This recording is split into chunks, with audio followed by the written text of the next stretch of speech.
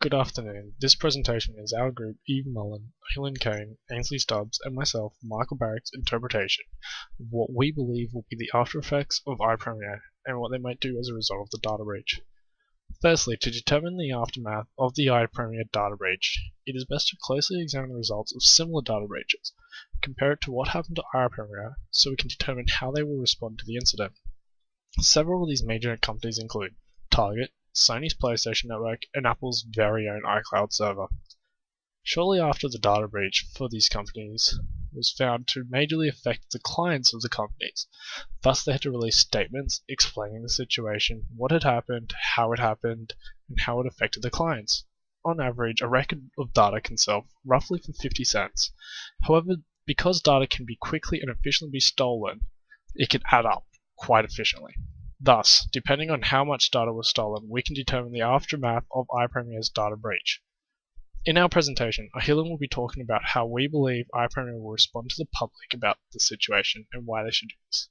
Eve and Ainsley will be referring to the upgrades in the company and will be fixed in order to ensure that this situation never occurs again. One of the first things that iPremier have to do after the attack is to decide whether or not they're going to disclose the information to the public. We have to consider that if iPremier chooses to keep the attack private, they can face heavy lawsuits if credit card information was stolen. For this reason, I believe that they will disclose the information to the public. Based on this assumption, I believe iPremier would be affected in several ways similar to the PSN and Target network attack. Firstly, iPremier will experience a loss of sales due to their damaged reputation, similar to Target's case. Target, in the aftermath of the attack, reported a 46% drop during that year's Christmas period. iPremier's loss may be as bad, as most of their sales are online. iPremier would also have to earn the trust back from the customers, which may be done by providing compensations and discounts to the customers. PSN, for example, gave their users free 30-day memberships as compensation for the data leak. Assuming that some of the customer details were leaked, iPremier will also be subject to lawsuits, as with the case of PSN. It is also argued that the DOS attack was done by script kiddies and no data was stolen. Although this can be argued as one of the better outcomes of iPremier, the company would still face large financial costs similar to those faced by PSN, Target, and Apple. These would relate to improvements to the internal controls to tighten security and prevent the likelihood of a similar attack occurring. iPremier can be compared to Apple in the sense that despite knowing the attack was happening, both were unable to fix it. One way of resolving this issue would be through reviewing and reconstructing their disaster recovery plan with the assistance of specialists. Furthermore, efficient implementation through employee training is essential, with copies of the document readily available for any staff member to implement if the disaster occurred. These actions would all consume a large proportion of the company's time, not to mention the large financial costs. Additionally, iPremier would most likely reconsider their choice of data center.